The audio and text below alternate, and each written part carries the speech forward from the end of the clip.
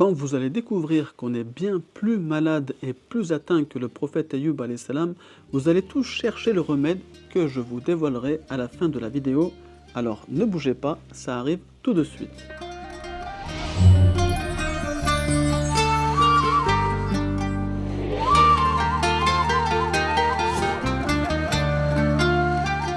Vous connaissez peut-être déjà un peu la vie du prophète Ayyub alayhi salam. Les informations le concernant se trouvent dans le Coran, la Bible et la Torah. Cependant, il existe une différence importante entre l'Ayyub présenté dans le Coran et celui de la Bible.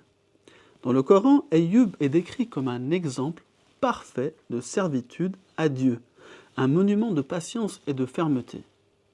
Dans la Bible, au début, il apparaît aussi comme un homme pieux et craignant Dieu, mais dans une autre partie, il est montré davantage comme impatient, allant jusqu'à la révolte. Dans certains récits de la Torah, on le présente atteint d'une maladie qui inspirait la répulsion des gens. Ces informations proviennent en grande partie de la source israélite. Et beaucoup de ces récits ne sont pas confirmés par le Coran ni par les hadiths authentiques. En réalité, les prophètes sont préservés de toute maladie ou défaut qui provoquerait la répulsion et détournerait les gens de leur mission. Cette préservation est une condition nécessaire de leur charge prophétique, car un prophète doit pouvoir être parmi les gens et les inviter à la voie droite. Le Coran mentionne Sayyidina Ayyub à 4 reprises, en soulignant son envoi comme prophète, sa haute moralité, son épreuve par une maladie grave, et enfin, la guérison et la délivrance accordées par la grâce divine.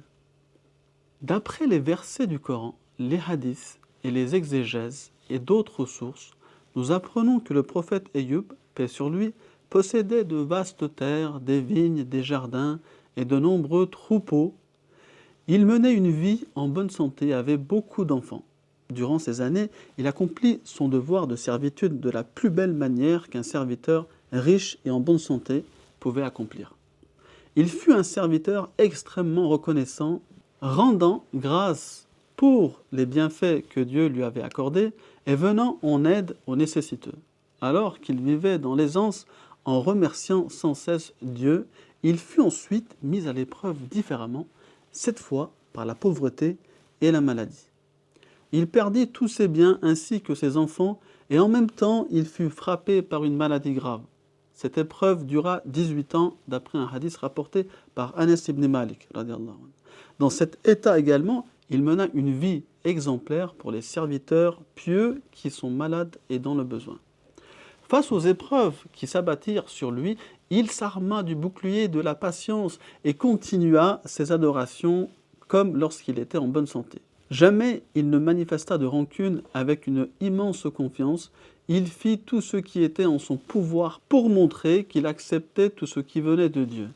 Comme il avait donné l'exemple de l'attitude à adopter dans l'abondance, il fut également un modèle pour les serviteurs pieux dans les temps de difficulté. En fin de compte, en plus d'avoir été présenté par Dieu Tout-Puissant comme un serviteur patient et excellent, il devient le modèle le plus marquant en matière de patience. Dans la sourate Al-Anbiya, il est rapporté que Hazrat Ayyub alayhi salam, éprouvé de plus en plus gravement par la maladie, finit par invoquer Allah, craignant que sa maladie ait un impact sur ses adorations et sa servitude à Allah.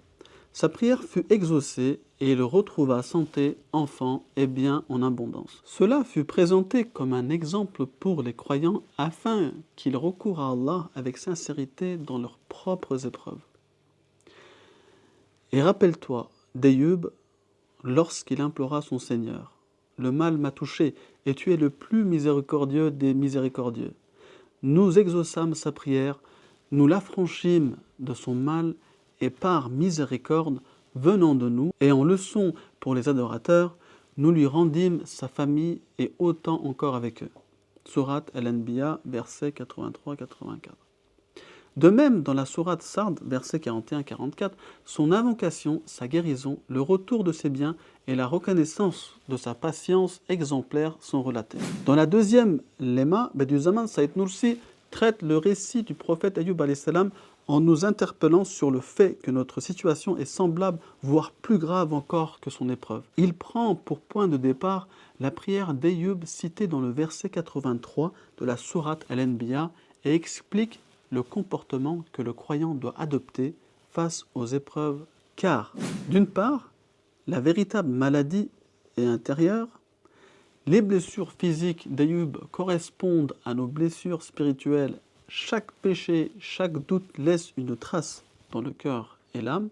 D'après un hadith rapporté par Abu Huraira, le prophète sallallahu alayhi wa sallam dit que quand le serviteur d'Allah commet un péché, il apparaît dans son cœur un point noir. S'il se repent, ce point est effacé et poli.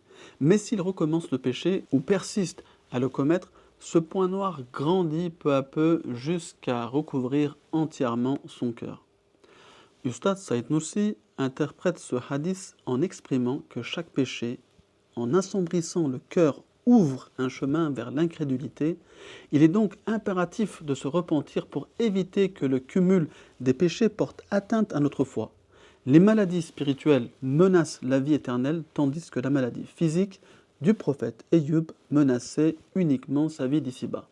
Les maladies spirituelles, elles, sont donc plus dangereuses que les maladies corporelles. Deuxièmement, l'homme n'a pas le droit de se plaindre. Tout appartient à Allah, notre corps également.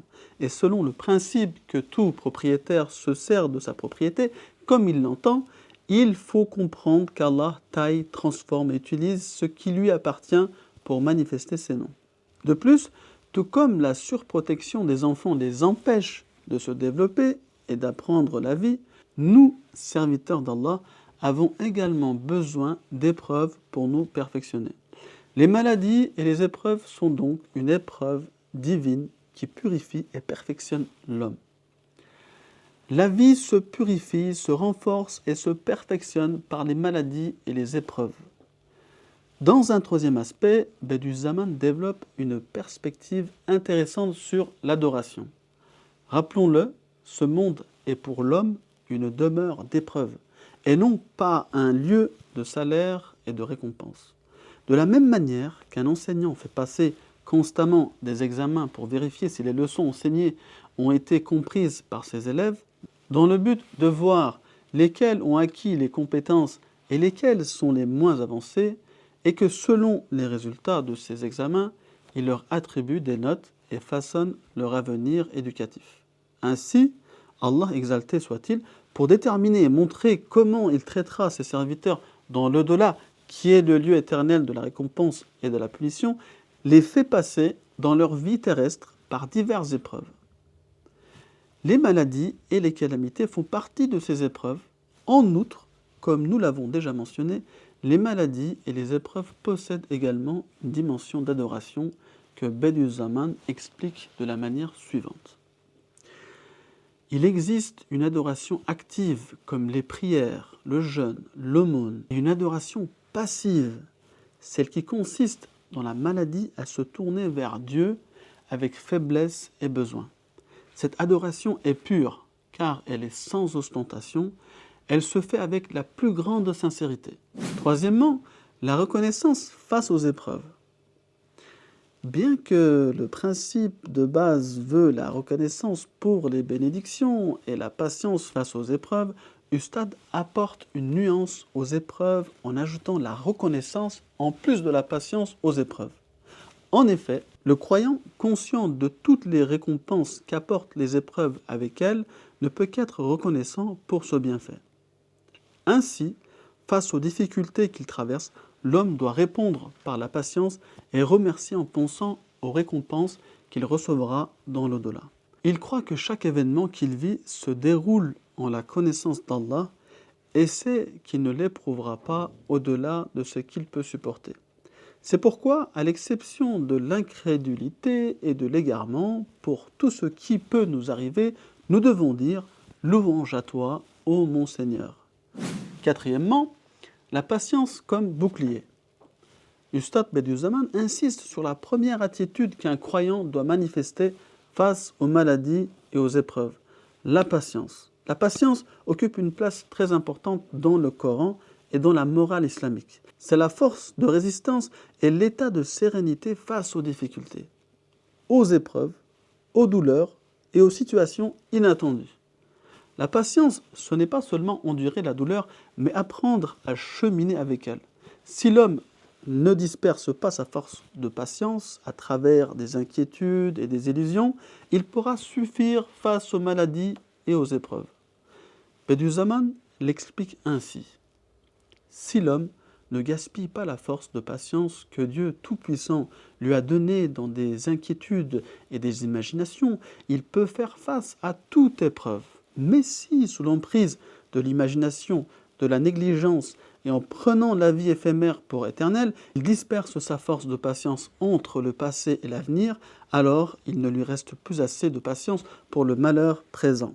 Et il commence à se plaindre. Si l'homme ne concentre pas sa force de patience uniquement sur les problèmes de l'instant présent, mais la disperse entre les événements passés et les malheurs futurs qu'il n'a pas encore vécus, il ne peut pas surmonter les difficultés qu'il traverse. Aux événements passés, il faut regarder comme étant révolus, dont les douleurs se sont éteintes, mais dont les bienfaits demeurent. Quant aux épreuves futures, puisqu'elles ne sont pas encore arrivées, il ne faut pas en transporter déjà le fardeau dans le présent. Il doit se concentrer entièrement sur l'instant dans lequel il se trouve et sur la manière de traverser la difficulté et l'épreuve actuelle. Il rappelle également une règle importante. De même que la gratitude fait croître les bienfaits, la plainte accroît les épreuves. Ainsi, tout comme un serviteur qui espère l'augmentation des bienfaits doit répondre par la gratitude, de même celui qui veut être délivré des épreuves doit répondre par la patience. Et dernièrement, la vraie calamité est la perte de la foi.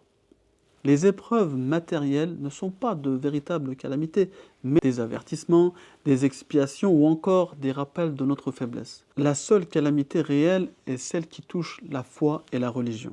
Qu'Allah nous en garde. Nous devons donc profiter des épreuves et maladies pour renforcer notre foi et notre lien avec Allah.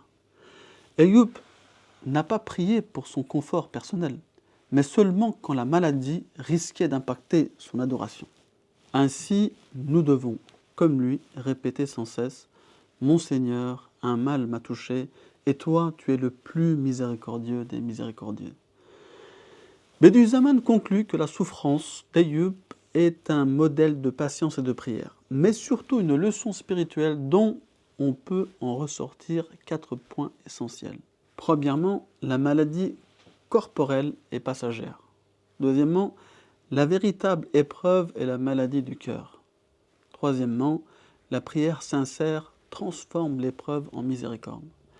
Et quatrièmement, les noms divins se manifestent différemment selon la santé ou la maladie, la joie ou encore l'épreuve. Ainsi, notre état est bien plus inquiétant que la maladie du prophète Ayyub. C'est pour cela que nous avons davantage besoin d'un remède efficace. Celui-ci n'est autre que la prière du prophète Ayyub. Rabbi inni massani ad-durru wa anta arhamur rahimin. Qu'Allah nous préserve de tous les maux, qu'ils soient physiques ou spirituels. Qu'il nous permette la guérison de ceux qui nous ont déjà atteints et qu'il nous permette de prendre, pour exemple, et modèle ses envoyés. Amin. Merci d'avoir suivi cette vidéo. Une nouvelle vidéo sur les Risaleh arrive bientôt. Likez, commentez et abonnez-vous à la chaîne. Assalamu alaikum wa rahmatullah.